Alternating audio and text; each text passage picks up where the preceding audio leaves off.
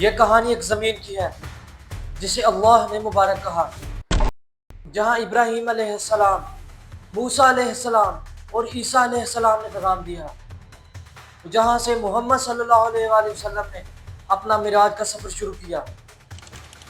مگر آج یہی زمین آنسوؤں، خون اور ظلم میں ڈوب چکی ہے۔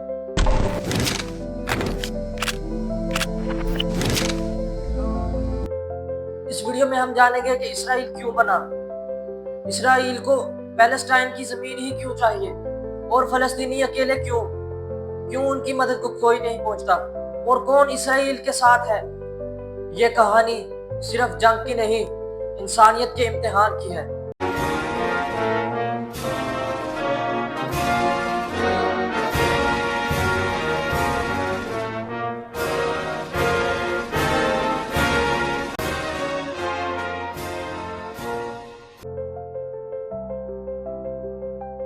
اگر ہسٹری اور حقیقت کے اینگل سے دیکھا جائے تو پیلسٹائن کو قرآن میں ارض مقدس کہا گیا ہے، یعنی ایسی زمین جو پاک ہے، پاک لوگوں کے رہنے کے لیے ہے۔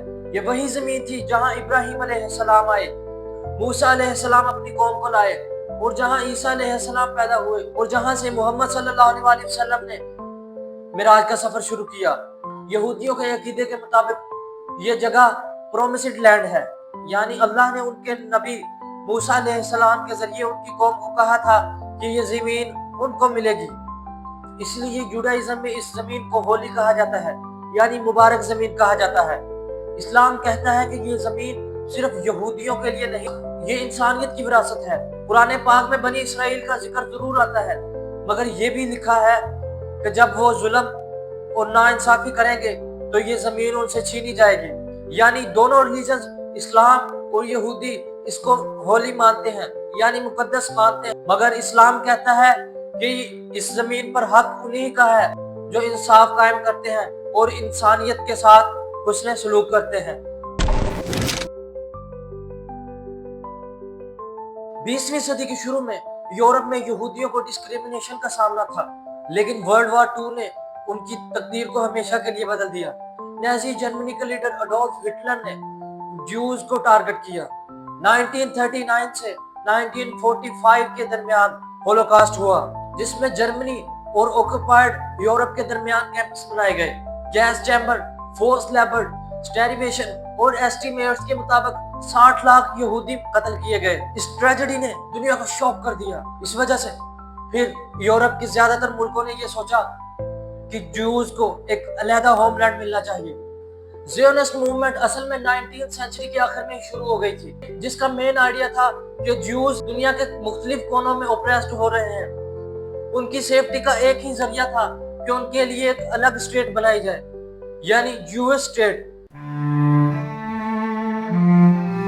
انیشلی کچھ زیونسٹ یوگانڈا اور ارجنٹینا جیسی جگہوں پر قبضہ چاہتے تھے۔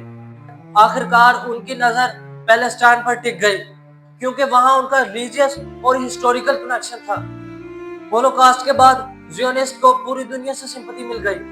برطانیہ نے پہلے ہی سے 1970 کا بیلفور ڈکلریشن دیا تھا، جس میں لکھا تھا کہ پیلسٹائن میں جیوز کے لیے ایک الگ ہوم لینڈ اسٹیبلش کیا جائے۔ یہ سب مل کر زیونسٹ موومنٹ کو بہت سٹرونگ پش ملا، اور اسی نے اسرائیل کے قیام کا راستہ بنایا۔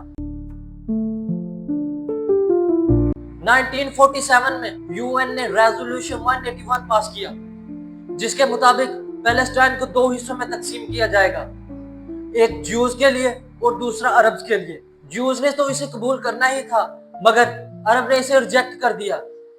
اس کے باوجود 14 مئی 1948 کو اسرائیل ڈکلیئر ہوا۔ چونکہ عرب نے اسے ریجیکٹ کیا تھا تو عرب نے اگلے ہی دن جنگ شروع کر دی، مگر اسرائیل نے بری طرح عرب کو شکست دی، جس کے نتیجے میں اسرائیل نے صرف اپنی زمین نہیں بلکہ اور زمین حاصل کر لی۔ رزلٹ کیا نکلا؟ 7 لاکھ فلسطینی اپنے گھروں سے نکال دیے گئے۔ فلسطینی اسے نقبہ کہتے ہیں، یعنی بڑی تباہی کا آغاز۔ 1967 میں 6 ڈے وار ہوئی، جس میں اسرائیل نے غازہ، ویسٹ بینک اور ایسٹ یروشلم پر قبضہ کر لیا۔ ایسٹ یروشلم وہی جگہ ہے جہاں مسجد اقصی ہے، اسلام کا تیسرا سب سے مقدس مقام۔ یہودی کہتے ہیں کہ یہاں ان کا سولومن ٹیمپل تھا، اسی لیے وہ ایکسکیویشن کرتے رہتے ہیں، جبکہ مسلم کہتے ہیں کہ اقصی وہی جگہ ہے جسے اللہ اور رسول اللہ صلی اللہ علیہ وآلہ وسلم نے پروٹیکٹڈ بنایا ہے۔ یہی جگہ دونوں کے لیے سینٹر آف فیتھ ہے اور اس پر جنگ آج تک چلتی ہے۔ 1987 میں پیلسٹائن نے پہلا انتفاضہ شروع کیا، بچوں نے پتھر اٹھا لیے ٹینکس کے خلاف، حماس نے آرم ریزسٹنس شروع کی۔ 2007 کے بعد غازہ ایک اوپن ایئر پریزن بن گیا، یو این نے اسے دنیا کا سب سے بڑا قید خانہ کہا۔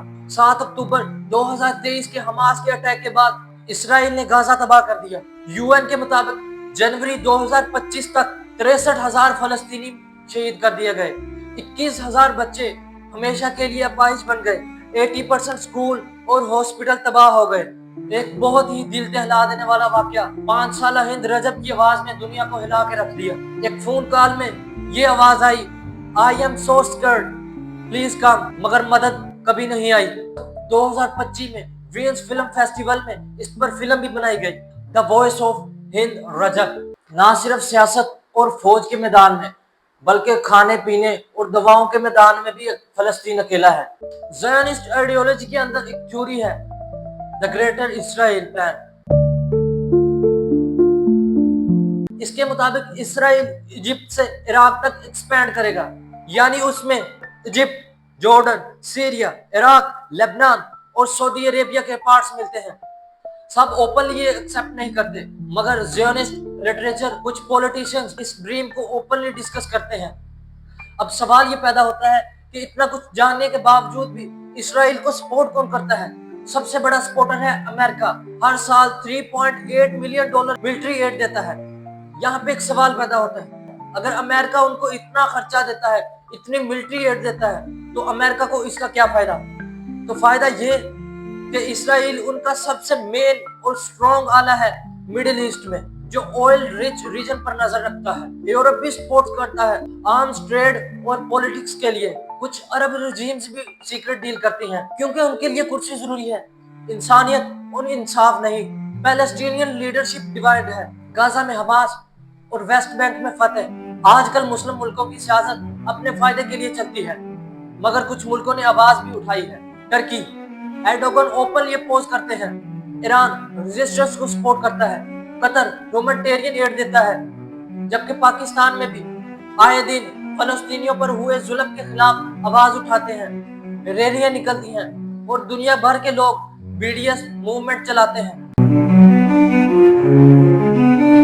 دنیا کہتی ہے کہ یہ مذہب کی جنگ ہے، مگر اصل میں یہ پاور، پولیٹکس اور زمین کی جنگ ہے۔ اسرائیل ایکسپینشن اور سیکیورٹی چاہتا ہے، جبکہ فلسطینی چاہتے ہیں حق اور آزادی، اور جب تک انصاف نہیں ملے گا یہ جنگ کبھی ختم نہیں ہوگی۔ قرآن پاک میں اللہ تعالیٰ ارشاد فرماتا ہے کہ جو کوئی ایک انسان کو بلا وجہ قتل کرتا ہے، یاد رکھیے یہاں مسلم، جوز، کرسچن یا ہندو کی بات نہیں ہو رہی، صرف ایک انسان کی بات ہو رہی ہے۔